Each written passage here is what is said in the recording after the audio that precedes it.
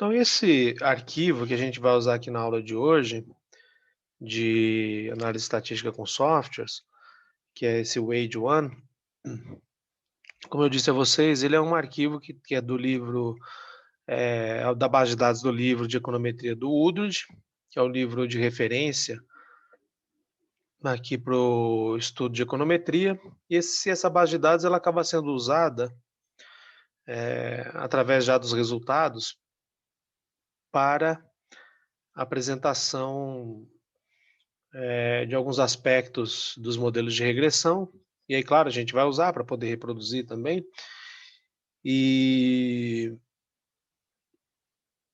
e exemplificação, tá? Então, a base aqui já está arrumada, né? Ela já meio está no jeito, tá? Porque se você pegar ali, eu vou colocar o arquivo compactado lá para vocês, porque aí tem todas as bases de dados utilizadas no livro, tá? Se vocês quiserem fazer para treinar, vocês conseguem checar e tal, né? Acho que isso que é a vantagem.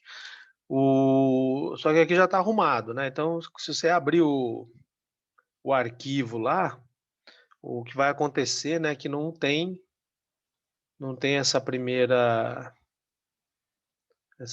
linha e não tem também essa primeira coluna. Até os dados são todos assim.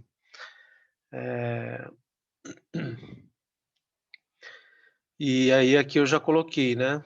Coloquei meio arrumadinho, né? Observação, coloquei o nome das variáveis todos aqui em cima, já para ficar mais fácil para vocês entenderem aí como é que vocês têm a base de uma maneira mais simples, né?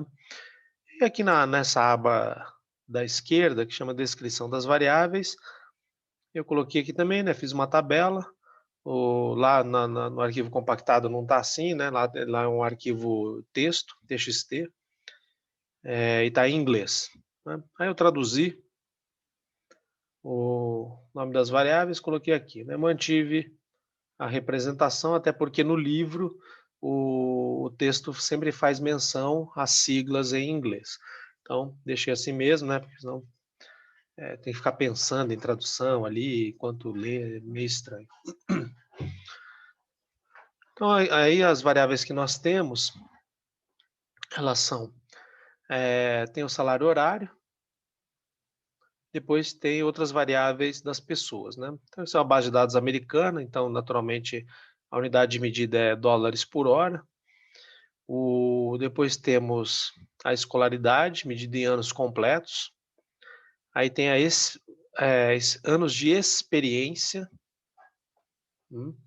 Então, basicamente assim, há quanto tempo a pessoa tem experiência de trabalho, né? Quanto tempo ela trabalha.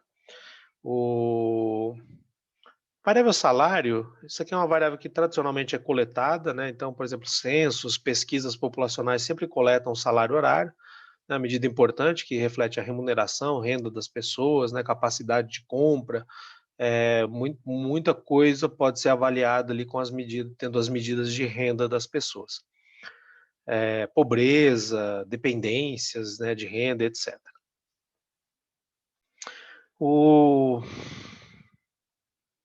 Aí o ano de escolaridade também, né, é muito coletado, porque a escolarização, né, ou seja, o tempo de estudo em anos completos, é a variável que, nas pesquisas sobre o salário, os determinantes do salário, é a variável que mais impacta o valor do salário das pessoas, é o tempo de escolaridade dessas pessoas. Isso pode ser no Brasil, qualquer país do mundo que for feita essa avaliação, é assim que acontece. A escolaridade é a variável mais impactante sobre a renda do trabalho das pessoas.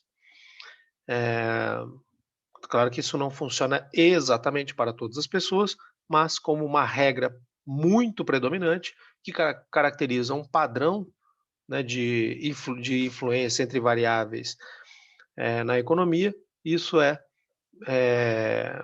evidente para todos os países do mundo, qualquer época que se pesquise, tá? Basicamente a explicação é, né, que o tempo de escolaridade da pessoa dá a ela a capacitação, né, o conhecimento adquirido ali, tanto do ponto de vista específico, né, de técnicas particulares, né, como por exemplo teste de hipótese, e também uma capacitação geral que é dada pelo simples fato de se estudar alguma coisa, né? Então, a gente estuda qualquer coisa, a gente vai estar usando o cérebro, né? Vai estar usando a capacidade de raciocínio de alguma maneira, a capacidade de gerar uma solução, uma interpretação e tal. Então, isso também é um aprendizado de característica mais geral, né? Então, a pessoa sempre aprende de duas formas quando ela estuda qualquer coisa, né? Uma é aquele assunto em particular que ela estuda e, em geral, simplesmente por estar estudando, tá? É como alguém que treina corrida, né? Por exemplo, então o treino para uma prova de 100 metros rasos é diferente do treino de 200. Né? Embora sejam provas próximas em distância, né? Ou pelo menos as duas mais próximas, mas o treino não é exatamente igual, tá? É um pouco diferente. Então, treinando para uma, em parte, está treinando para outra, né? Porque as duas envolvem correr, né? Só que existem particularidades de cada prova, né? 100 metros é aquela explosão plena, você corre o que der. 200 você não pode fazer isso, porque se você fizer, depois dos 100 metros você cai estatelado no chão e morto, né? Você está sem gás, não, sabe, você não aguenta mais correr nada. Então, é um treino diferente. Então é isso que é escolaridade, né? Você estuda qualquer coisa, você está aprendendo aquilo em particular e de qualquer forma você está estudando, você está usando sua capacidade, né, de raciocínio, de soluções, etc. Então isso dá capacidade para capacitação para a gente também. E conforme diz a teoria econômica, né, o, as remunerações num mercado competitivo perfeito, né, ou seja, um mercado ali, claro que é um mercado ideal, né, todo mundo sabe disso, mas é um mercado interessante porque a gente entende como a economia funcionaria no limite da competição, e aí, claro, a gente tem uma ideia de que tipo de que tipo de efeito a competição pode gerar na economia, né? E aí, claro, eu sei, todo mundo sabe, né, que mercado perfeitamente competitivo, quando existe, é muito raro, né? Então, assim, ninguém tem a ilusão, né, de que tudo é competitivo perfeito e tal, né? Mas é um caso importante para a gente olhar por ser um caso extremo, né, um caso ideal ou limite. O, quando o mercado de trabalho ele é perfeitamente competitivo e o mercado da empresa também, a gente vai ter que as pessoas seriam contratadas recebendo a remuneração equivalente ao salário real, né? Então existe uma igualdade da microeconomia que, em condições de competição perfeita, estabelece que a produtividade marginal do trabalho ela é igual a, ao salário real, né? Bom, produtividade tem a ver com a capacidade, com a capacitação das pessoas. O salário real é o que a gente paga de fato, né? Descontando os efeitos que são simplesmente variações monetárias, né? Os efeitos inflacionários.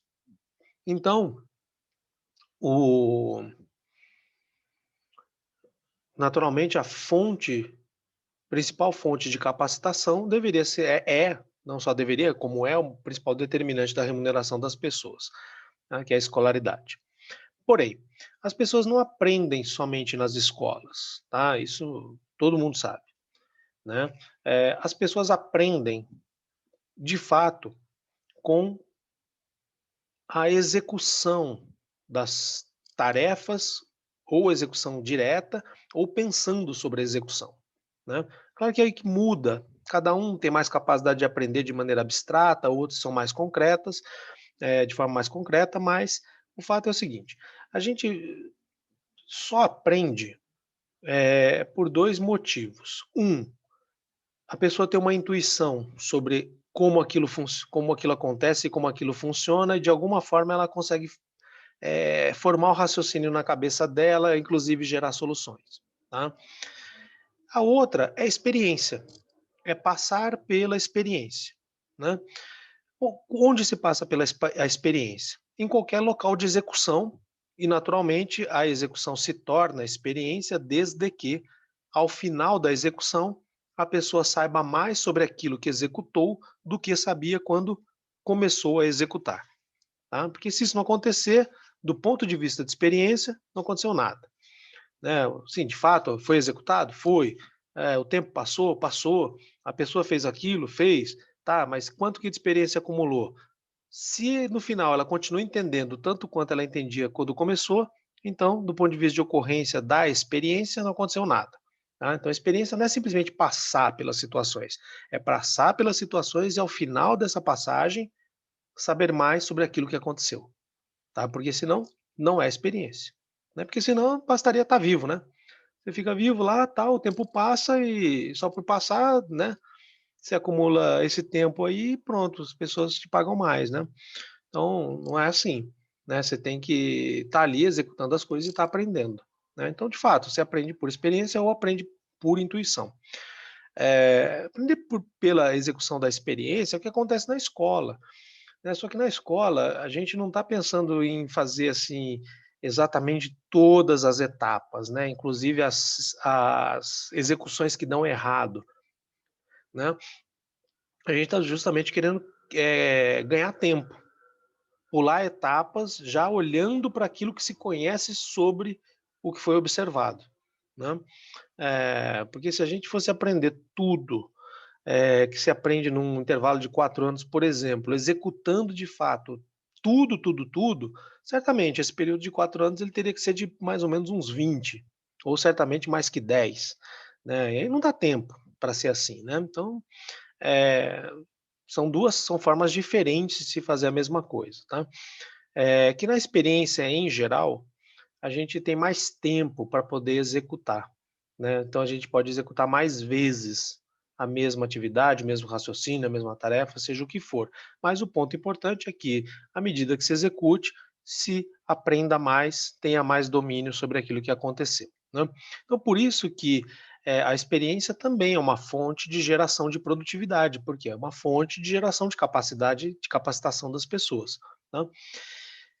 E aí, eh, conforme eu falei para vocês, né, tudo que a gente aprende em específico e a gente aprende em geral, né.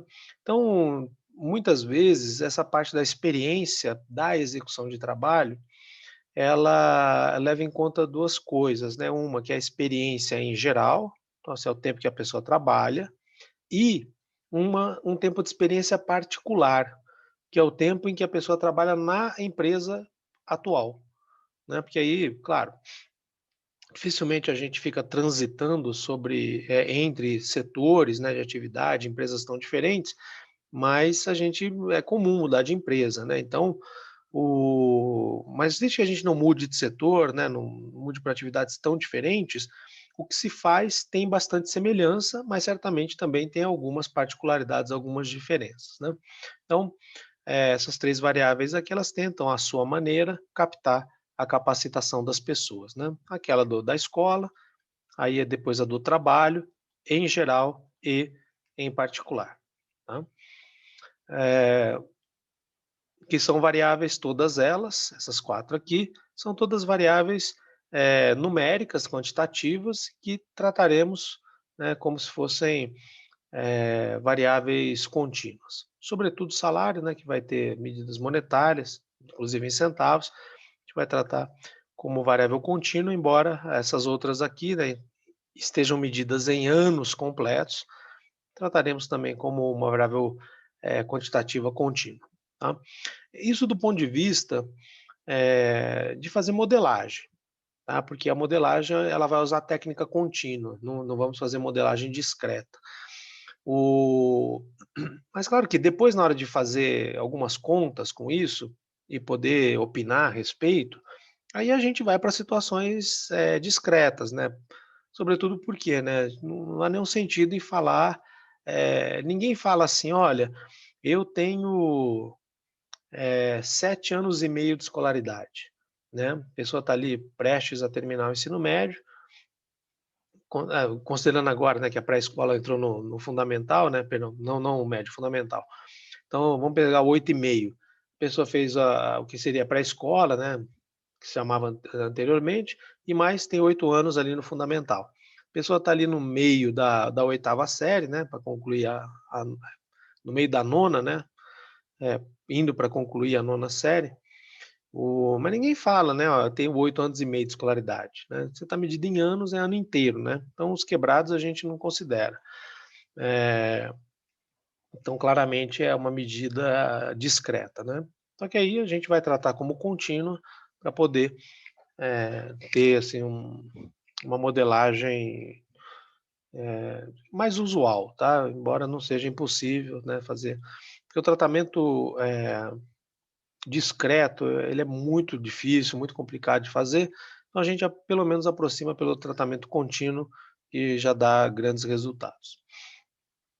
E depois nós vamos ter aqui um conjunto de variáveis, que são variáveis categóricas, né. Então repara que, exceto aqui o número de dependentes, né, que também vai ser uma variável quantitativa contínua, todas as outras têm assim, igual a 1C alguma coisa, né. Então isso aqui, essas variáveis são tipicamente categóricas. Elas estão querendo fazer o quê? Elas estão querendo indicar, a presença ou não de um atributo, tá. Então eu vou pegar esse aqui, tá um pouco mais simples. Então aqui é feminino. Então quer dizer que uma observação vai ser um se aquela pessoa for uma mulher, né, gênero feminino. Se for um homem, gênero masculino, então quer dizer que o gênero feminino, que caracteriza a denominação da variável, não está presente. Então o modo da gente indicar a ausência da característica do ponto de vista quantitativo é atribuir um valor zero, né. Então, por exemplo, vamos pegar uma variável tradicional, renda.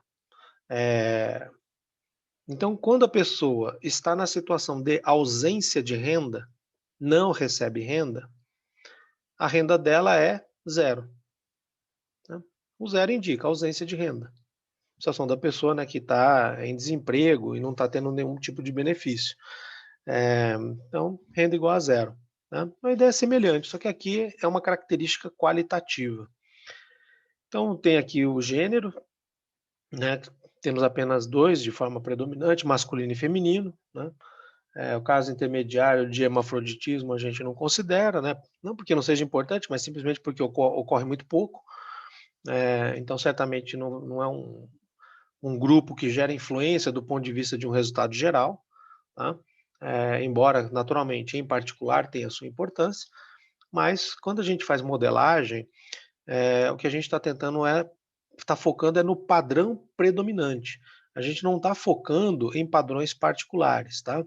Embora existam técnicas que permitam fazer isso, mas são técnicas muito mais avançadas do que a gente vai estudar.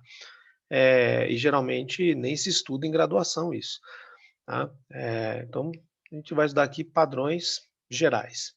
E aí, naturalmente, padrões gerais você tem que olhar para o fator, ou para os fatores predominantes. Os fatores pouco presentes, digamos atípicos, né, eles não entram na questão de modelagem, tá? Mas como eu disse a vocês, não se trata de qualquer qualificação de natureza assim, importa ou não importa, né? As pessoas valem, não valem, tá? Não existe isso. É só uma questão assim de predominância de frequência, tá? Tem muita frequência, predomina, tem pouca frequência, não predomina, tá? Só isso. Não tem nenhum tipo de juízo de valor do sentido assim, sabe? Vale muito, vale pouco, presta, não presta. Não, não existe essas coisas, tá? A gente está tratando de questões assim ligadas à frequência. O Então aqui tranquilo, né, chamou de feminino, ou está presente, é uma mulher, ou está ausente, é um homem, né. Mas também podemos construir variáveis como essa para, perdão, uma variável como essa para situações em que nós temos mais do que uma categoria, como por exemplo essa aqui, ó, casado. Casado ou casada, né. Então só vou voltar aqui. Então, por exemplo, ó, o feminino, essa variável, você repara que tem zeros e uns, né. Sempre que for um, quer dizer que a pessoa é uma mulher. Sempre que for como essas aqui, sempre que for zero, são homens, tá. Mas poderia ter sido denominado de outra forma, poderia ter falado assim: "Ó, em vez de ser feminino, é masculino, né, seria male". Aí male, o onde está um aqui seria zero, né, porque aí são mulheres, onde está zero seria um, tá. Só uma maneira só muda qual é a característica que você quer identificar a presença. E aí a outra, por estar ausente, você fala que é igual a zero. Aí tem também essa variável, né? Casado. Casado ou casada, né?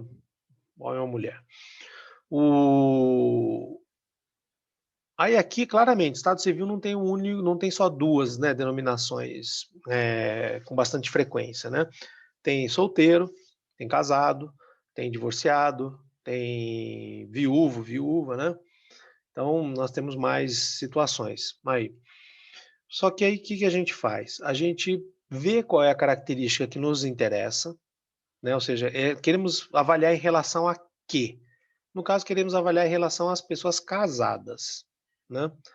E aí as que não são casadas, que são as solteiras, são as divorciadas, são as viúvas, nós agrupamos todas elas na categoria não casado, não casada, né?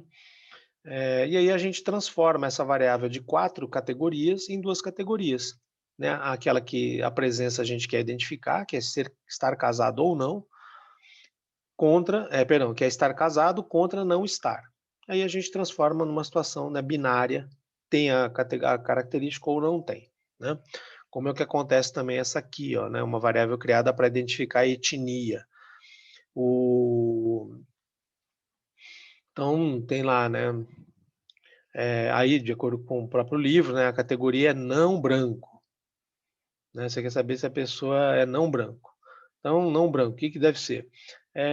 Ascendência africana, ascendência... Não branco é assim, né? Uma denominação utilizada para denotar a origem, né?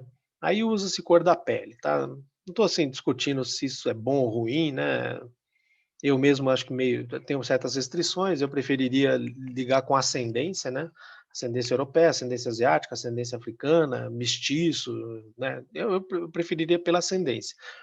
Mas, tradicionalmente, é feito pela cor da pele, né?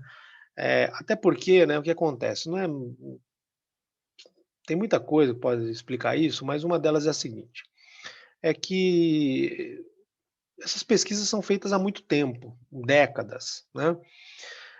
E aí o pessoal que é contratado para ir lá coletar informação, agora sim, né? Hoje em dia você já pega pessoas mais qualificadas, tal, né? Mas no passado nunca foi, não foi assim exatamente, né? Aí você tenta imaginar, né? Como é que você pegar uma pessoa, sabe, assim pouco treinada, para sobretudo, né, coletando a informação de outro que talvez tenha menos conhecimento ainda. Aí você tenta imaginar o que deve sair de resposta da seguinte pergunta. Você chega para a pessoa e fala: olha, qual é a sua ascendência predominante? Né, primeiro, né, as pessoas não estão nem acostumadas a pensar em ascendência, né? Todo mundo sabe quem é vô, vó, essas coisas, né? Mas assim, pergunta como eram os ascendentes da pessoa. A pessoa não pensa muito nisso, as pessoas sabem mais sobre a descendência do que a ascendência, né? Embora no fundo elas saibam, né? Porque elas sabem quem são os avós, né? Bisavós, assim, né? Esse conhecimento dos ancestrais ela tem. Mas pergunta para você ver só o que acontece, né? A pessoa fica ali meio sem saber o que te dizer, né? Aí você bota ainda por questão geográfica de posicionamento no planeta. Pô, ferrou, né? Acabou. É, Então, assim, às vezes tem que pensar numa questão um pouco prática, que é o coletor da informação conseguir coletar, né? E às vezes você pergunta para a pessoa, né, autodeclaração, né, digamos, qual é a sua cor da pele, aí as pessoas vão lá e falam, eu sou branco, eu sou amarelo, eu sou pardo, sou negro, aí tem gente que fala, sou moreno jambo, sabe, sou assim, um cinza claro, né? A pessoa fala qual é a cor que ela acha que ela tem, né? E o IBGE às vezes faz isso, e quando faz, é assim, é mais de 50 cores que aparecem, né? Porque é isso que eu falei para vocês, né? Sabe assim, sabe aquela coisa assim, é, branco dourado, né? O que é branco dourado, meu Deus do céu? é aquela pessoa que é clara, mas quando toma sol, em vez de, sabe, em vez de ficar aquela vermelhidão, ela fica mais, eh, ali, fica mais tipo indo para um marrom, né, assim, mas ainda claro, né, fala um branco dourado. Tem gente que se declara cinza, tem moreno jambo, sabe, tem, nossa, tem 1000 cores, né.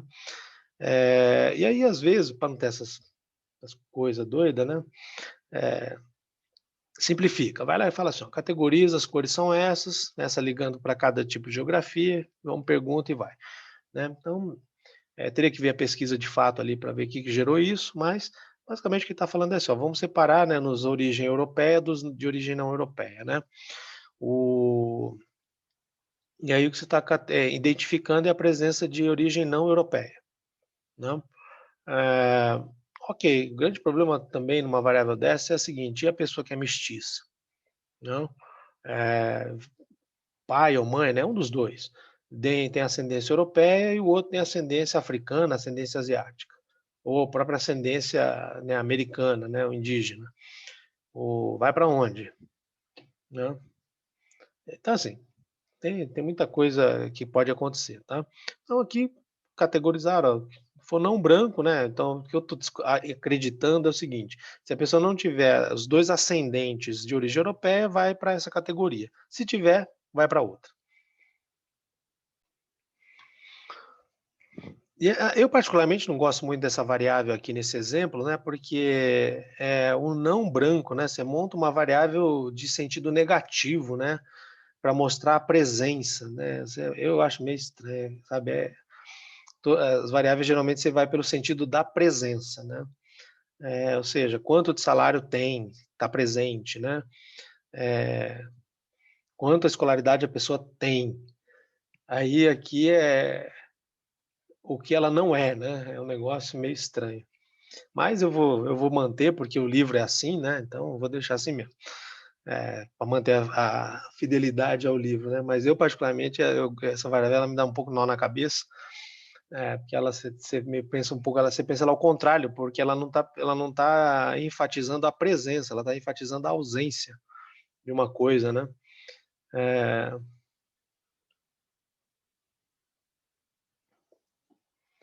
mas é isso, tá. Aí as outras aqui, ó, mais ainda, né, porque estão pegando o que, olha, ou a pessoa trabalha no setor de construção ou trabalha em qualquer outro setor, exceto construção, né. Eh, aqui, setor de bens não duráveis, né, trabalha no setor de não duráveis ou em outro setor, né, que não seja esse, né. Então,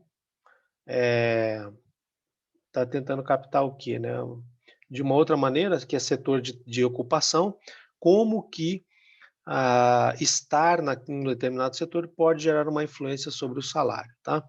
Assim como aquelas outras que são características pessoais, elas estão tentando captar como que a presença de uma certa característica pode impactar no salário da pessoa, tá? Então essa que vai ser um direcionamento que a gente vai dar, inclusive a gente vai estimar esses modelos, né? Então basicamente a gente vai usar a equação de salário, equação possivelmente uma das equações mais pesquisadas no mundo, por causa do tratar, né, da remuneração, e no formato que é o tradicional, né, assim, algumas variáveis pessoais produtivas, né, tudo isso aqui é característica da pessoa e influencia a produtividade. Características pessoais chamadas de não produtivas, tá, porque não existe, evidência, em pesquisa econômica ou pesquisa de salário, eh, de que o fato de ter um gênero ou outro, eh, pelo menos do ponto de vista médio e mais geral, eh, gera mais produtividade, né. Ou estado civil, ou cor da pele e tal, né. Para alguns casos particulares até pode ter, né, mas em geral nunca houve evidência, né, não sei se vai ter. Então, mas, por exemplo, pega o gênero, né.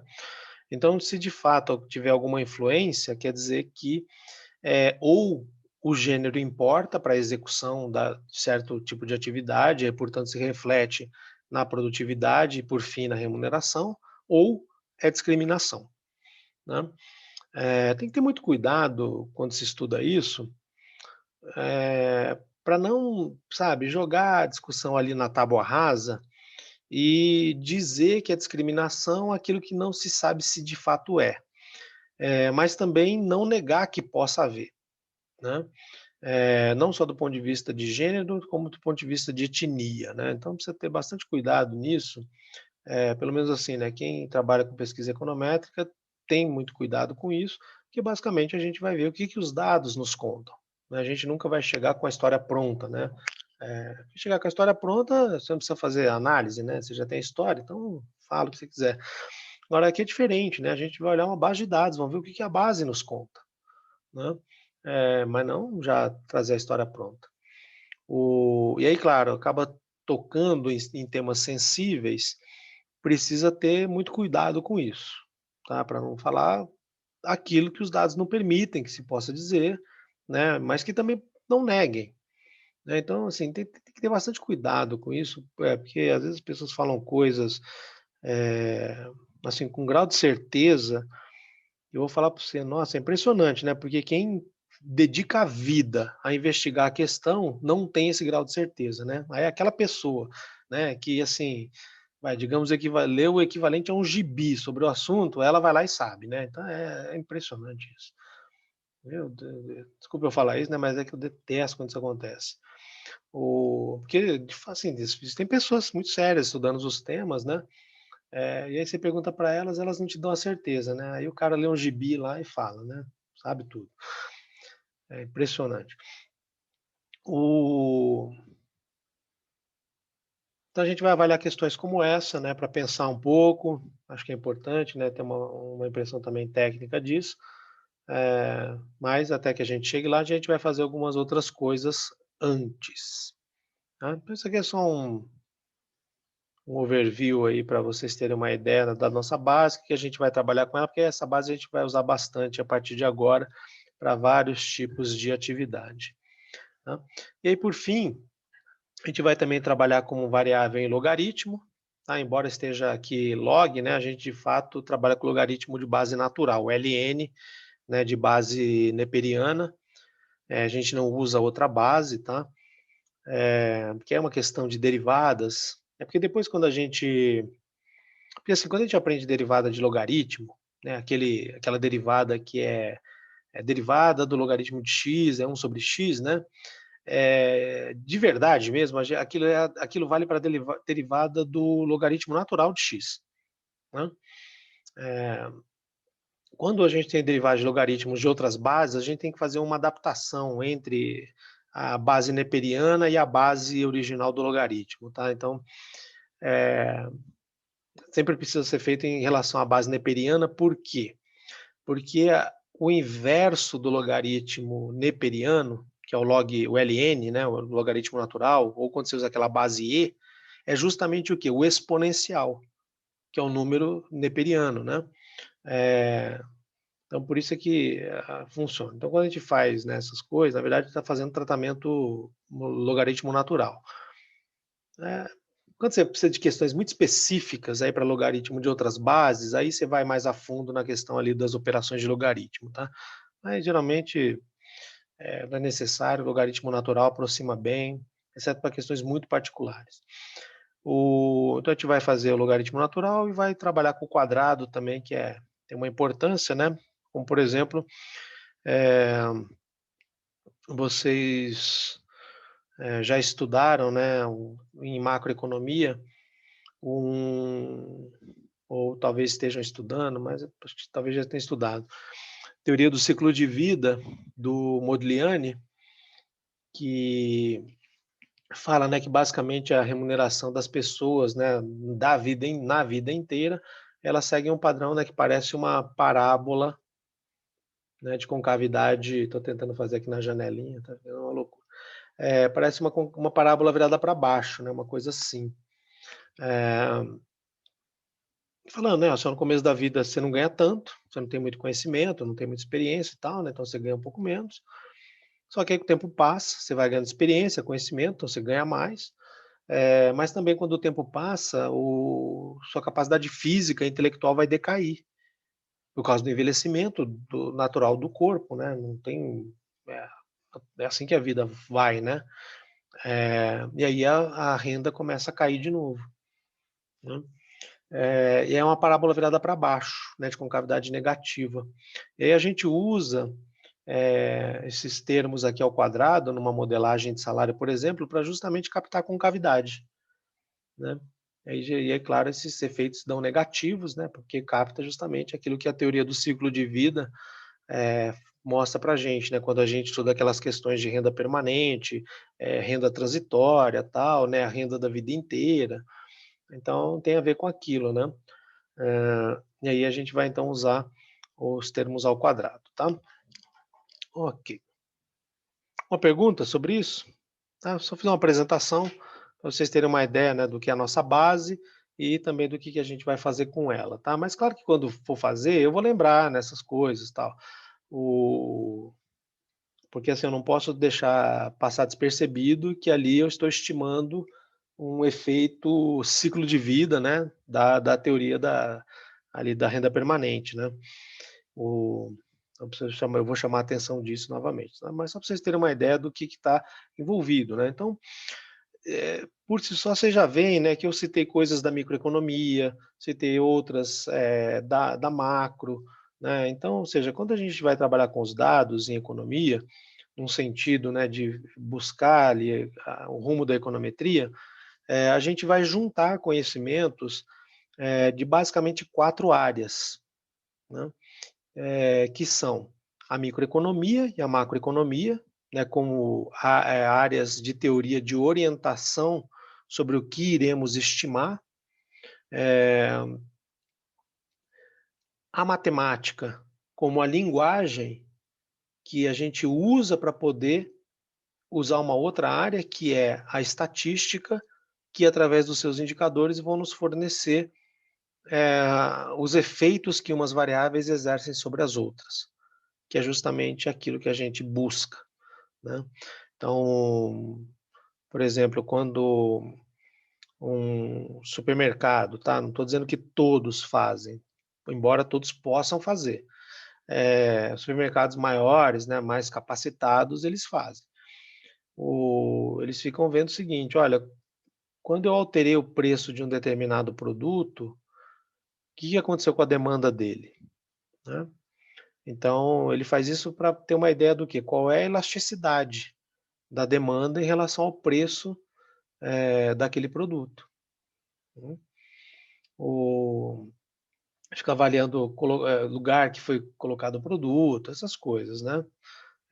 Se teve publicidade, cupom, né, então supermercados, principalmente esses que têm os tais programas de fidelidade, né, que você vai lá e tem um número, né, cliente mais, Carrefour não sei o quê, não me lembro agora. Mas basicamente é assim, né, você se identifica, e aí a sua compra fica mapeada, né, entra ali numa base de dados. Então os mercados conseguem saber, né, o que que eu compro, se, por exemplo, ao ter mudança de preço, se eu mudei minha demanda, né, e aí os caras conseguem avaliar a elasticidade. As empresas que produzem cerveja, as grandes marcas, elas acompanham isso ali super de perto, né, sobretudo que a elasticidade preço cruzado da demanda, que é o quê? É como que as variações de preço da cerveja do meu concorrente impactam a demanda da minha cerveja, né. Então os caras fazem isso pra caramba, porque são questões estratégicas que podem ser usadas ali para poder, definir ações, né, chamadas ações de marketing, não só do ponto de vista de publicidade, mas também do ponto de vista de atuação empresarial. Eh, então econometria é isso, econometria é uma junção, né, a gente vai pegar base micro, base macro, utilizando técnicas estatísticas que são construídas em cima da matemática, né. Então, basicamente é isso que junta em econometria, que eu acho, que é bastante interessante da área, né, porque aí você vai poder ali E além disso, né, você trabalha com dados coletados da realidade estudada. Então, você tem uma coisa ali perto do que as pessoas aparentemente gostam muito, né, que é da prática, né. Eu falo assim, mas eu tenho um pouco de dificuldade de entender esse termo, né, porque para mim tudo é prática, depende da finalidade, né. O que eu acho que elas querem dizer é operação. Operação é uma coisa, né, acho que prática tudo envolve alguma prática, né. Para mim é diferente, mas tudo bem. Então assim, a gente vai analisar dados concretos para poder ver o que esses dados, né, admitindo que eles representam bem as variáveis associadas a eles, o que a gente entende daquela realidade concreta, né. E aí vamos ver que história que sai, né. Ok. Bom, então aqui temos a nossa base de dados, né, como eu falei para vocês. Com o tempo, né, aí vocês vão vendo os nomes das variáveis, a gente vai se familiarizando com elas, tá. Uma coisa que a gente vai procurar fazer, eh, no caso, é ver de que maneira essas variáveis aqui, elas influenciam a determinação do salário de uma pessoa, tá. Então isso que vai ser o objetivo, vai ser fazer algo assim: olha, suponha que a pessoa tenha 11 anos de escolaridade, 2 anos de experiência, ainda não completou nenhum na empresa, né, seja tal, tal, tal, tal, tal, né. Essa pessoa aqui que está observada, eu sei que ela ganha $3,10 por hora. Beleza, ela é observada. Mas isso quer dizer, será que todas as pessoas que tenham 11 anos de escolaridade ganham $3,1 por hora? Né. Claramente não, né. Como é que eu sei isso? Eu vou filtrar aqui, ó. Eu vou pegar a escolaridade, vou pegar só o pessoal de 11 anos, e aí nós vemos perfeitamente que existem salários horários diferentes. Ah, mas também, né, claro que sim, né, porque as pessoas podem ter experiência diferente, né. É, então vamos pegar uma experiência qualquer aí, vamos ver 6, o que que dá? Ah, dura que só tem uma. Pegar outra, pegar 3. Aqui já tem 3 pessoas, né, as 2 pessoas são iguais escolaridade, são iguais experiência, salários diferentes. É, aí alguém pode dizer: "É claro, né, elas trabalham tem tempo diferente de empresa". Ó, olha que curioso, né, essa aqui que tem zero, não completou nem 1 ano ainda, ganha por hora mais do que essa que trabalha 9 anos. E mesmo tempo de experiência em geral, mesma escolaridade, né. Eh, Todas da mesma grupo étnico, 2 homens e uma mulher, todos não são casados, né. Então, ou seja, não basta que uma pessoa tenha ali uma, digamos, uma realização específica para uma variável, que vai determinar exatamente qual vai ser o salário dela, né. Então, o que a gente vai procurar fazer é descobrir que efeito cada variável pode ter, para que a gente possa então depois estimar, um resultado, né, do ponto de vista de salário esperado, tá. Ok, mas isso só vai acontecer, né, ou seja, a escolaridade, ela só vai poder exercer um efeito de determinação do salário, se em primeiro lugar ela for correlacionada com o salário, né, porque se não houver relação entre uma coisa e outra, então você não consegue ter efeito de uma sobre a outra, né. Você precisa primeiro ter correlação. E aí, para início aqui, né, a gente vai justamente calcular, eh, ali uma matriz de correlação. Ixi, comi estranho.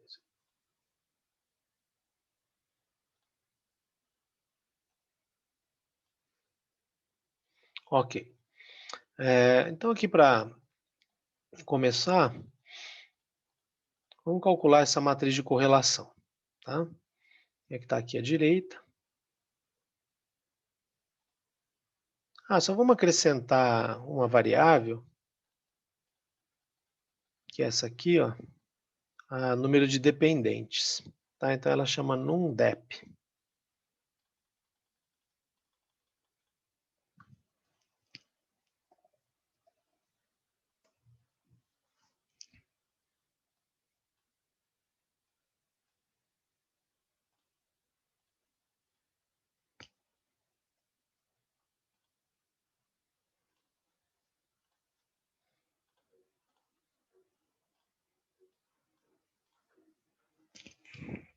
Só acrescentem para a gente ficar ali com uma matriz, né, que tem todas essas variáveis, só vamos colocar número de dependentes também.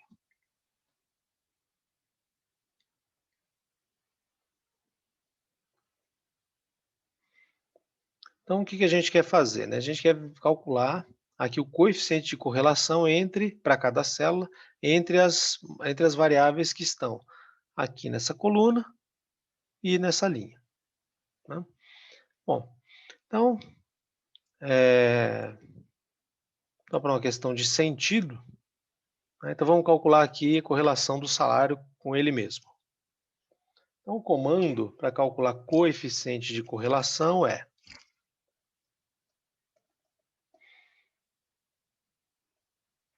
correl, né? Então, retorna o coeficiente de correlação entre dois conjuntos de dados. Aí você abre parênteses, aí você precisa ir lá e selecionar, né? Então, eu vou correlacionar salário com o próprio salário. Aí eu sei que esse é um cálculo meio sem graça, né? Mas a gente vai fazer só por uma questão de montar a matriz. Então, abriu lá correl, abriu parênteses, vem e seleciona aqui toda a variável salário.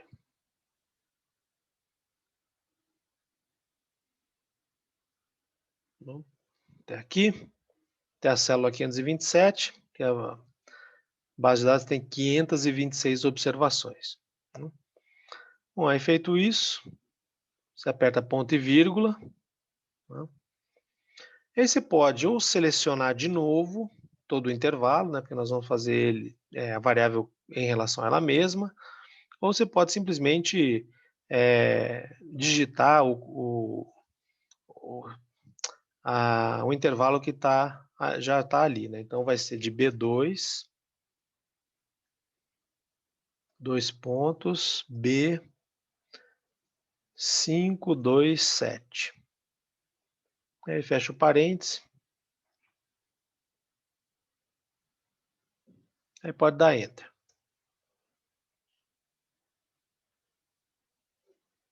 É claro, né? Correlação tem que ser perfeita, 1, né? Porque é a variável com ela mesma, né? Então a variável ela sempre vai estar perfeitamente correlacionada de maneira direta com ela mesma. Ok.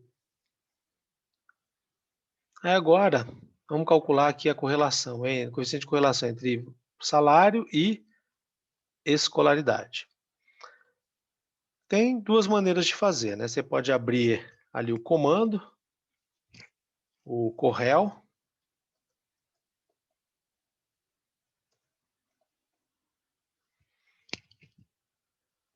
e aí lá seleciona a variável salário, né? Todo intervalo, B2 a B527, ponto e vírgula, e seleciona o intervalo ali para a escolaridade, que é a variável educ, né? Fazer exatamente como foi feito ali para o caso do salário, tá? Então esse é um jeito de fazer, funciona, né, então. Aqui, ó, para ganhar tempo, eu vou fazer o quê, né? Eu vou abrir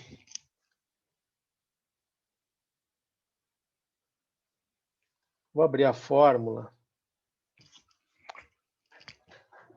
para ver se eu não consigo copiar e colar, né? Que isso vai me dar, a velocidade vai me dar menos trabalho da fórmula, mas né, é sempre legal você saber como é que seleciona e tal. Então aqui é simples, né? E aí que você vai, olha a base de dados, né? Porque é ela que vai dizer como é que você mexe na fórmula. Então aqui você vê, ó, aqui salário está na coluna B, escolaridade está na coluna C. Né? Antes eu estava correlacionando essa coluna com ela mesma, agora eu quero correlacionar ela com a da direita. Né? Bom, então é assim, né? Então ele naquela primeira linha, eu vou ter sempre isso, né? Depois eu vou fazer salário com experiência, depois eu vou fazer salário com tenure, né, que é a experiência na empresa, depois eu vou fazer salário com número de dependentes. Então é só uma coisa de meio puxar para a direita, né? Você vê assim, ó, as variáveis estão vindo para a direita, então é meio puxar para a direita. Ok. Então quando a gente vem aqui na fórmula, né? Se eu puxar para a direita, vai mexer nas letras, né?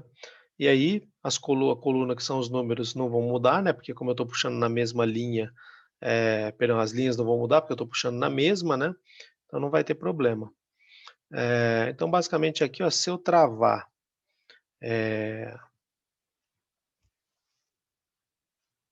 o salário, mas somente na primeira denominação, né? Porque a outra tem que se mexer, aí eu consigo fazer o que eu quero. Eu travo o salário e deixo a outra variável livre. Ok, porque aí, ó, eu venho e puxo para a direita, a coluna já se adapta corretamente lá para a coluna C, que é a coluna da escolaridade variável EDUC. Aí nós temos o quê? As duas variáveis têm um coeficiente de correlação positivo de aproximadamente 0,4. Né? O máximo de coeficiente que o valor do coeficiente de correlação pode ter é 1, o mínimo é menos 1. Então aqui nós estamos ali com uma correlação positiva, né, de intensidade ali próxima de uma intensidade média. Aí se a gente puxar, a gente vai ter a coeficiente de correlação do salário com a experiência. Aí você já vê aqui uma correlação menor, né? 0,11 aproximadamente. Aí já mais perto do zero, né, do que do 1. Então, seja 0, ausência de correlação. 1, correlação perfeita positiva. Agora a gente já está com um valor mais próximo do zero, né? Mostrando que a correlação entre salário e experiência em geral é mais fraca do que correlação entre salário e escolaridade da pessoa. Efeito da correlação entre o salário e o tempo de empresa, a gente puxar aqui para a direita, a gente também tem, né? Mais forte do que a correlação da experiência em geral, né? Ou seja, o conhecimento particular ali da empresa, ele tem mais, parece, ele está mais correlacionado com o salário que a pessoa recebe da empresa, né, do que a experiência em geral. Acho que faz sentido, né? Porque já que o salário é pago pela empresa, o conhecimento mais determinante é o da própria empresa, né? Agora, o curioso é que, não só para essa base de dados, mas é um padrão também geral observado em pesquisas pelo mundo, é que mesmo o conhecimento da empresa, ele não supera o coeficiente de correlação da escolaridade das escolas. Isso é muito curioso. Eu digo que é curioso por quê, né? Porque muita gente fala assim, que o que importa é o que se aprende na empresa. E aí quando você faz esse tipo de análise em qualquer lugar do mundo, você não encontra mais correlação entre experiência de empresa e salário do que escolaridade geral de escola e salário, que é o que está acontecendo nessa base aqui, né? Sempre me deixa curioso, né? Porque as pessoas de fato acreditam que assim, não, o que importa é que eu vou aprender na empresa, tá bom. Então, assim, o que eu acho curioso é assim, eu sempre sugeriria para as pessoas, então vai lá e pede diploma para a empresa, pô. Aí agora para o número de dependentes, a gente arrasta, né? Só que aí tem que ter um cuidado, porque o número de dependentes não está logo aqui à direita, né, da variável experiência na empresa, ela está na coluna I. Então a gente vai precisar dar uma adaptada. ali na fórmula, né? Então, vamos abrir a fórmula.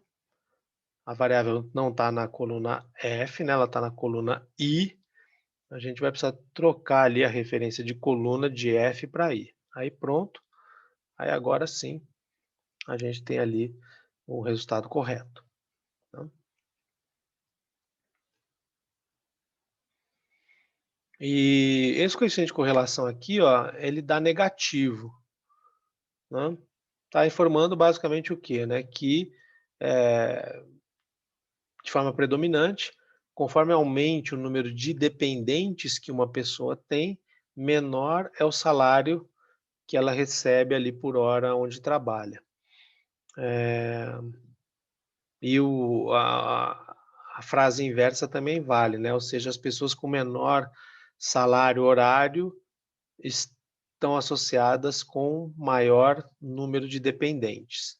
E as de maior salário horário com menor número de dependentes. Isso é uma característica da população, né? Não tem nenhuma explicação, né? Porque aqui não é salário per capita no domicílio, aqui é salário mesmo, é quanto que a pessoa recebe, né? Por algum motivo, que aí eu não sei dizer qual, mas tem algum motivo aí que é o seguinte, né? As pessoas lá com menos salário têm mais dependentes. Porém, precisa se atentar a um aspecto, que é o que, ó, o valor do coeficiente é pequeno, né? Ele é 0,05, negativo. O negativo falando, olha, a correlação entre as variáveis é inversa. Quando uma aumenta, a outra diminui. Quando uma diminui, a outra aumenta. Né? Ou seja, uma relação inversa de movimento entre uma e outra. Mas um valor bem próximo de zero, né? Ou seja, só 0,05. Né? Então, também, assim, é uma correlação negativa, só que, assim, muito próxima da não correlação, né? Então, é uma correlação negativa certamente fraca, bem fraca. Né? Então, não dá para a gente, assim, falar numa regra, né, tão predominante, do ponto de, tanto quanto a gente poderia falar de escolaridade e educação, né, que aí perto de 40, 41%, 41, 0,4 ou 0,41. Tá? Então, isso aí é o coeficiente de correlação, né? Então, essa matriz ela é importante porque quando a gente for fazer um estudo, né, sobre como uma variável influencia a outra, a gente vai estar muito focado aqui, ó, na correlação do salário com as outras variáveis, né, que é o mesmo que vai estar medido aqui nessa coluna. Tá? E aí, claro, né, de partida, a gente espera que eu tenha mais influência mútua entre escolaridade e salário, por conta desse coeficiente de correlação maior, em comparação com a influência mútua de número de dependentes e salário, porque a magnitude desse coeficiente de correlação é bem maior do que esse. Tá? Mas mesmo para variáveis com coeficiente de correlação positivo, o que a gente espera, de acordo com o coeficiente de correlação, é a influência mútua entre, ou a influência entre salário e escolaridade seja maior do que experiência e salário. Né? Simplesmente porque o coeficiente de correlação entre escolaridade e salário, você vê que ele é um valor que é maior do que o coeficiente de correlação entre o salário e experiência. Então, isso aqui é uma coisa que já nos serve de um pouco de expectativa sobre como que uma variável deve estar associada às alterações da outra, né? Mas não dá para a gente dizer exatamente isso, tá? Porque só dá para a gente esperar, né? Que vai ter mais força, mas não dá para a gente dizer quanto, digamos, a mais vai ser isso, tá? Isso não é possível fazer.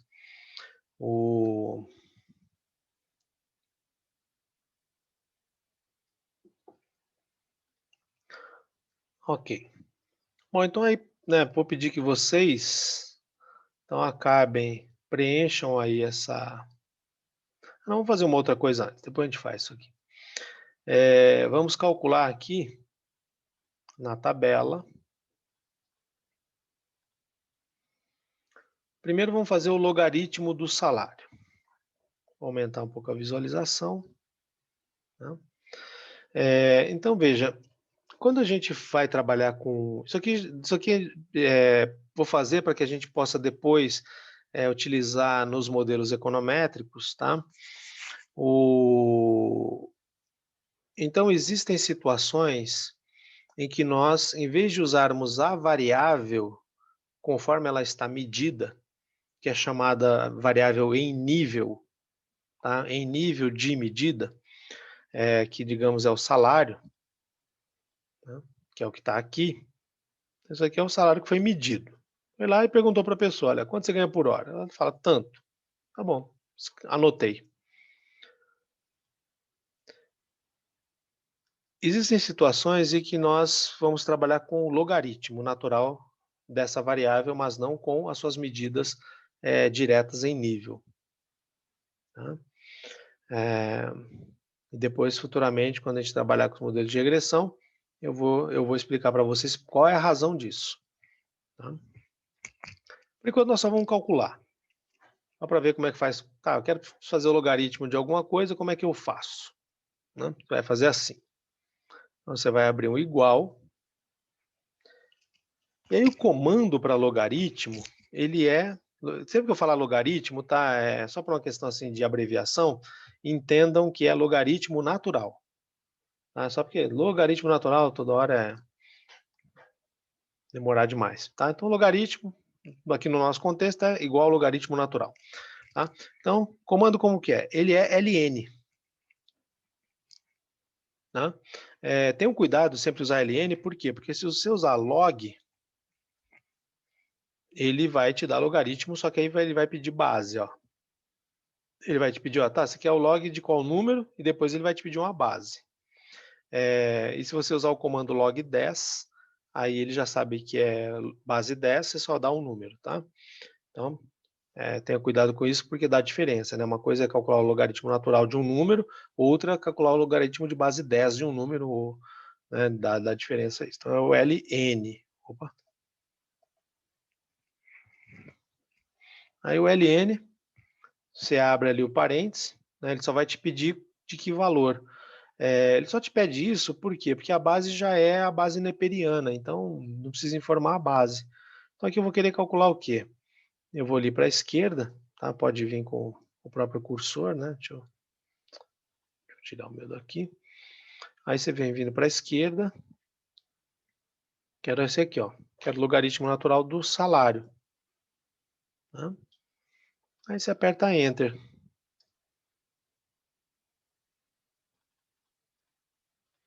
Pronto. Calculou aqui o logaritmo natural. Aí calcula aqui de baixo. De novo, ln. Abre o parênteses. E aí dá a referência do valor que você quer que ele calcule, tá? Claro que se você digitar um valor dentro do parênteses, ele vai calcular, né? Então, por exemplo, se fosse eu quero o ln de 14, tá? Você fecha ali, ele calcula, tá? Não tem problema. Só que não é isso que a gente quer, né? A gente quer calcular o logaritmo natural, né, de uma variável específica, né? Então, eu vou lá, só que agora é aqui da linha 2, deu Enter, aí pronto, né? Então, assim que eu vou fazer o logaritmo. O cálculo de potência, seja ela qual for, ela tem um padrão também, né, de sintaxe ou de comando. E aí você determina depois a potência, né? Então aqui eu quero só pegar o quadrado. Então, para calcular a potência, você sempre vai fazer assim. Você vai pegar a base, né? Então aqui é o quê? É a experiência ao quadrado, né? Então lá no livro está em inglês, né? Como eu disse a você, então fica a x per square. Então a experiência ao quadrado. Então vamos lá, a gente precisa ir ali onde é que está a experiência, né? Então igual, experiência está aqui, seleciono 2, que é onde está o número. E aí para você fazer potência, aí você vai fazer assim, ó, circunflexo, né, aperta o circunflexo, dá um espaço, 2. Né, porque eu quero o que está ali do valor da experiência, que está na célula D2, elevado ao quadrado. Né? Então, circunflexo, comando para potência. Né? Aqui não teria problema escrever assim, tá? Porque você só tem um número, a potência é inteira, né? Ok. Mas geralmente quando eu trabalho com questões de potência, né, principalmente você vai fazer umas fórmulas de matemática financeira, porque aí você tem aqueles negócios dos períodos, né, de dar equivalência para período, né, então você tem ali uma taxa anual em algo que foi aplicado por um certo número de dias, né, então você tem que fazer a taxa equivalente e tal, né, que basicamente, né, se você estiver usando referência comercial, né, então o ano tem 360 dias, você ficou aplicado por 137, aí você tem que adaptar a taxa de juros, né, porque a taxa de juros é uma taxa de 360 dias, você aplicou para 137, aí você tem que levar, né, se fosse esse o caso, você teria que levar uma potência 137 sobre 360, né. É, Quando eu trabalho com potenciação de potência fracionária, eu sempre prefiro botar parêntese, tá? Eh, Botando parênteses sempre funciona. Quando você não bota, às vezes funciona, às vezes não. Depende um pouco ali da complexidade da fórmula que você está fazendo, né? E eu também gosto muito de fazer o quê? Eu isolo a base da potência, tá? Eu gosto de fazer isso por segurança. Eh, não é sempre obrigatório, tá? Mas eu me sinto mais seguro fazendo assim, garantindo que eu sei que essas potências só vai afetar aquela base, essa base aqui vai ser afetada pela razão, não só pelo numerador. Porque às vezes, dependendo da forma que você faz, da complexidade, às vezes não dá certo esse negócio. E você só olhando o número que sai lá no fim, como é que você sabe se está certo ou não? Você sempre vai precisar pegar um número que te permite fazer a checagem, né? Que você sabe de cabeça que ele ia ser tanto, aí se a fórmula não dá, tem coisa errada, né? Então eu prefiro sempre botar um monte de parênteses por segurança, tá? Mas aí, como eu disse a vocês, né? Escolha de cada um, tá? Mas também, como eu disse a vocês, né? Não adianta vir depois e botar a culpa no Excel, tá? Ninguém vai aceitar uma bobagem, uma coisa dessa, tá? Assim, se você fez sentar-se errado, o problema é seu. É, Então, beleza. O número que está lá na D2, elevado ao quadrado, pronto, feito. Né? Tá certinho, né? Porque ó, é 2, né? Elevado ao quadrado 4, tá certo. Se você puxar aqui para baixo, aí vai ser 22.484, também tá certo isso. Né? Aí para nossa facilidade, como a variável experiência na empresa é a que está logo à direita da experiência em geral, né? Tá aqui as duas, ó. Então você só puxa, se você puxar a fórmula aqui para a direita, né, tudo dá certo. Só vamos ver, né? Então teria que ser 0 e 2. Tá certo. Beleza. Agora, né, só vamos deixar essa base no jeito, né? Porque depois, mais para frente, aí a gente vai usar esses dados. Aqui é só calcular. Aí só vai e coloca esses dados até lá no final, né? Você pode fazer Ctrl C, Ctrl V, né? E selecionando. Você pode arrastar, né? Fazer aquele negócio de arrastar aqui para baixo. Tá? Pode fazer do jeito que você ficar mais confortável, tá? Eu vou fazer do jeito que eu gosto mais. Eu sempre faço assim. Eu mando lá para o final, já tinha até colocado um X aqui embaixo, né? Eu marco lá onde tem que parar, copio tudo, Ctrl C, Ctrl Shift seta para baixo, Ctrl V. Pronto. Mais rápido que ficar puxando. Mas também, assim, né, gosta de arrastar a fórmula, vai lá, vai e faz, né, vai dar igual do mesmo jeito, só vai demorar um pouquinho mais. É, isso aí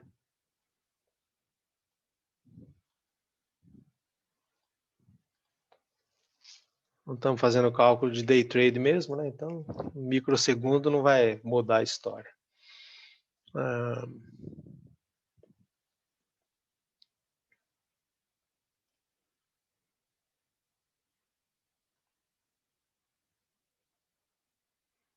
ok.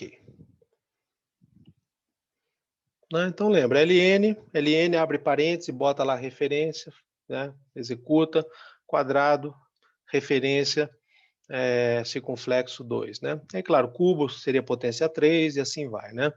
A única coisa que eu alerto é aquele cuidado, né, vai trabalhar com potência fracionária, eu gosto de pôr parêntese para garantir, tá, porque às vezes dependendo da sintaxe, ele não entende, ele leva para o numerador da fração, mas não pelo denominador, aí assim, não é sempre que isso acontece, tá, mas é assim, quando você acostuma com um padrão de execução, meio você entra no automático, sabe, você meio faz tudo daquele jeito, e aí você não corre muito risco, você não tem que ficar parando para pensar: "Putz, será que essa fórmula vai calcular certinho?", não vai, né.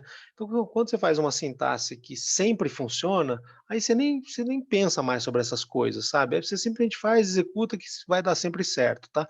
Eu prefiro fazer isso assim, eu tenho um pouco de preguiça de ficar avaliando tudo a todo instante, né, então quando eu descubro um jeito que assim, funciona sempre? Funciona, aí eu passo a usar, né, porque aí eu não tenho que ficar preocupado se, né, se isso, aquilo, tal, não, acho muito, mas como eu disse, vai de cada um, né, você gosta, faz o que te agrada.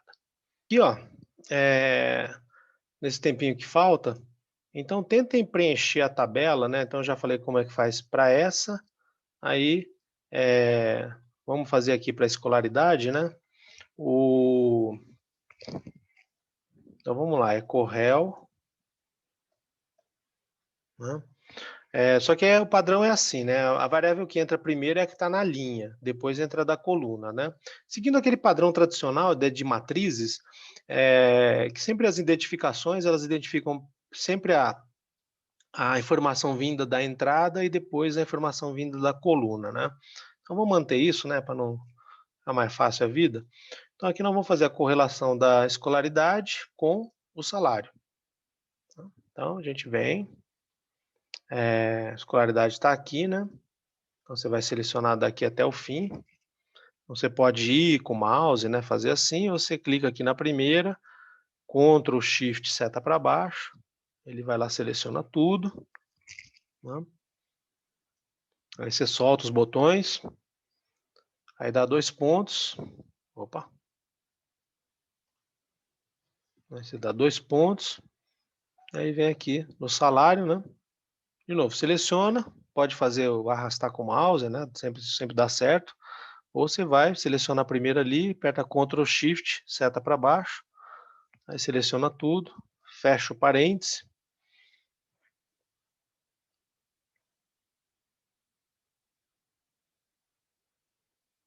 e Enter.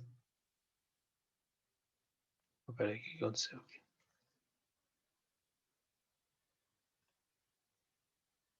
Ah, tá, na verdade aqui entre as duas é ponto e vírgula, né, não é 2 pontos, agora dá certo.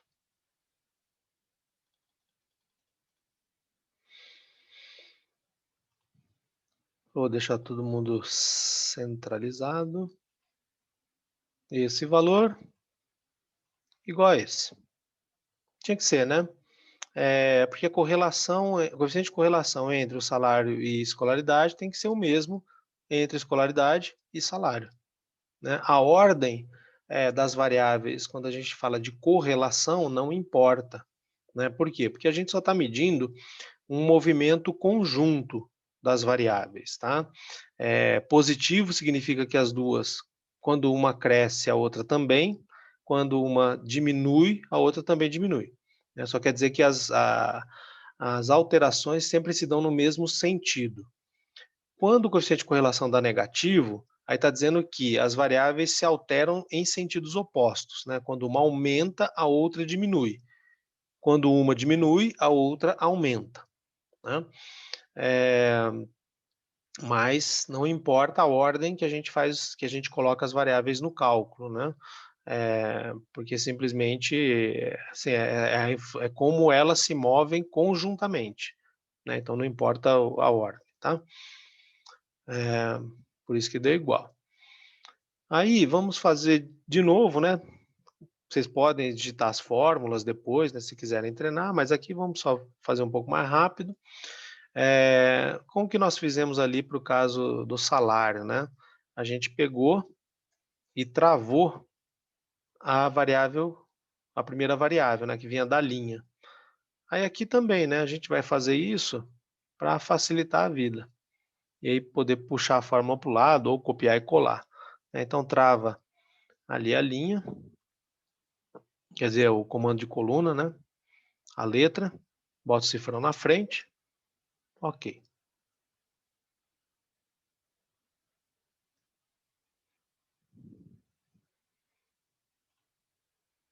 É só puxar aqui para a direita. Aí ó, aqui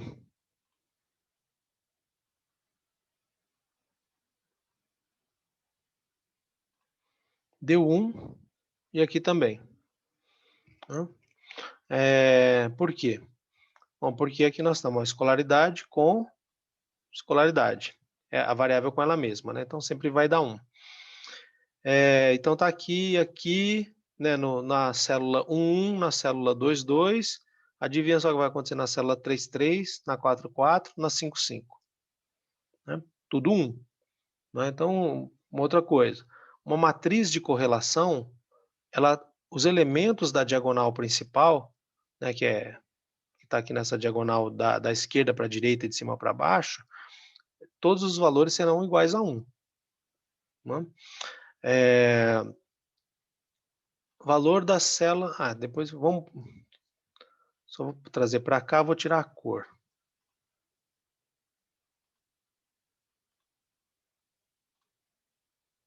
Aí você pode trazer, né? Aí lembra que aqui no número de dependentes temos que acertar a fórmula, né? Porque a variável número de dependentes, ela não está na célula F, ela está na coluna F, ela está na coluna I. Então aqui tem que trocar F por I, e aqui F por I. Beleza. Ok.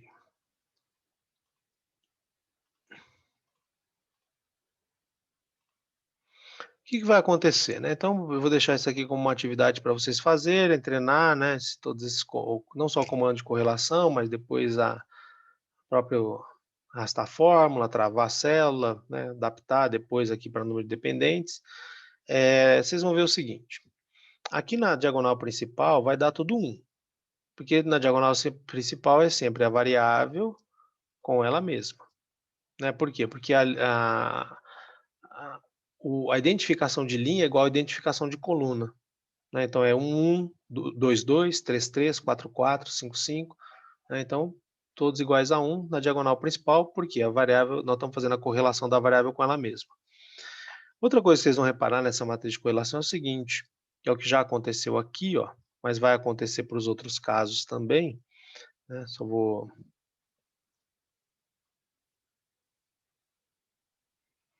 Vamos fazer aqui como exemplo, tá? Mas depois vocês façam ali executando mesmo.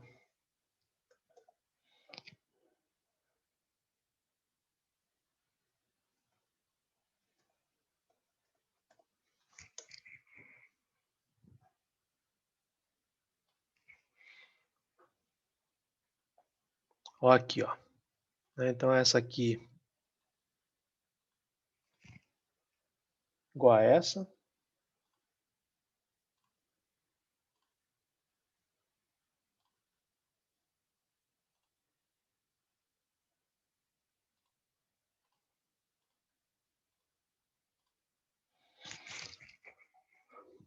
Igual, né?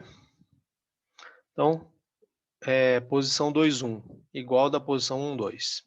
Posição 3, né, linha 3, coluna 1, posição 3, 1, igual da linha 1, coluna 3, né? Posição 2, 3, né? Terceira linha, então 3, coluna 2. Linha 2, coluna 3. Posição 3, 2, posição 2, 3. Você vê que os valores são iguais, ou seja, isso aqui, essa matriz de correlação, sempre vai ser assim, ela é uma matriz simétrica em relação à diagonal principal, tá? que vai ter sempre valores iguais a 1. Né? Por causa da disposição das variáveis, simplesmente isso. Tá? Então, na hora que você fizer todos os cálculos, você vai ter que ter todo um aqui na diagonal principal e você vai ter que ter sempre a matriz simétrica em relação a essa matriz. Né? Então, por exemplo, mesmo sem fazer conta alguma, quanto que é o valor que vai ter aqui? Menos 0,05376, né? Porque é o que está aqui no ponto simétrico, está mostrando isso. Né? Vai ser simétrica. Por isso até que geralmente, quando as pessoas apresentam uma matriz de correlação entre variáveis, né, num estudo, elas nunca apresentam a matriz inteira, tá? Elas vão apresentar somente metade, a matriz da diagonal principal para baixo ou para cima, tá? Dificilmente elas vão apresentar tudo. Deixa eu só mostrar rapidamente para vocês um uso dessa matriz, tá? Só que com outro assunto. Vou pegar aqui um comparador, tá? Um comparador de fundos. Vou pegar esse. Tem vários, tá? Por aí. Vou pegar esse aqui da Mais Retorno, tá? Não estou ganhando nada da Mais Retorno para fazer isso. Tem vários outros que funcionam, todos funcionam bem. Aqui eu vou pegar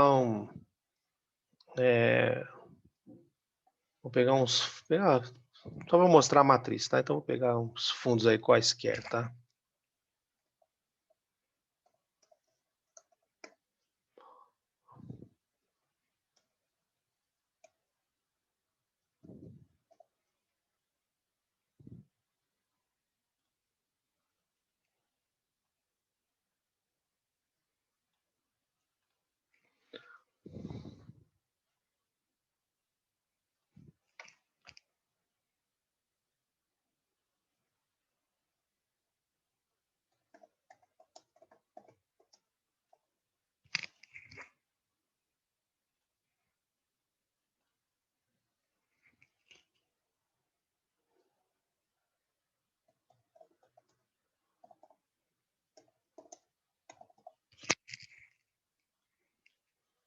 Ok, peguei uns fundos, tá? Pode pegar mais, tá? Só vou mostrar para vocês. Um comparador de fundos geralmente mostra isso. Só diminuir isso aí. Os gráficos, né? E aí você vai ter aqui, ó, correlação. Isso aqui é uma matriz de correlação. Diagonal principal, tudo igual a 1, né? Porque aí, ó, então aqui, ó, esse fundo trend dólar com ele mesmo, né? Que é a barrinha vermelha. Aí depois aqui é o Brasil Capital 30, aqui a barrinha verde, né? Ele mesmo. Aqui é o IBIL na red, com ele mesmo. Então sempre aqui, né? Na diagonal principal, o fundo com ele mesmo, né?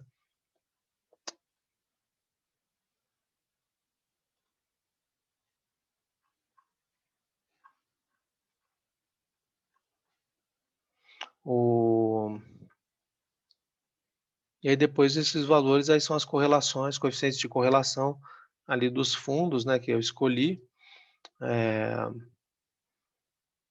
o período que está sendo considerado, né?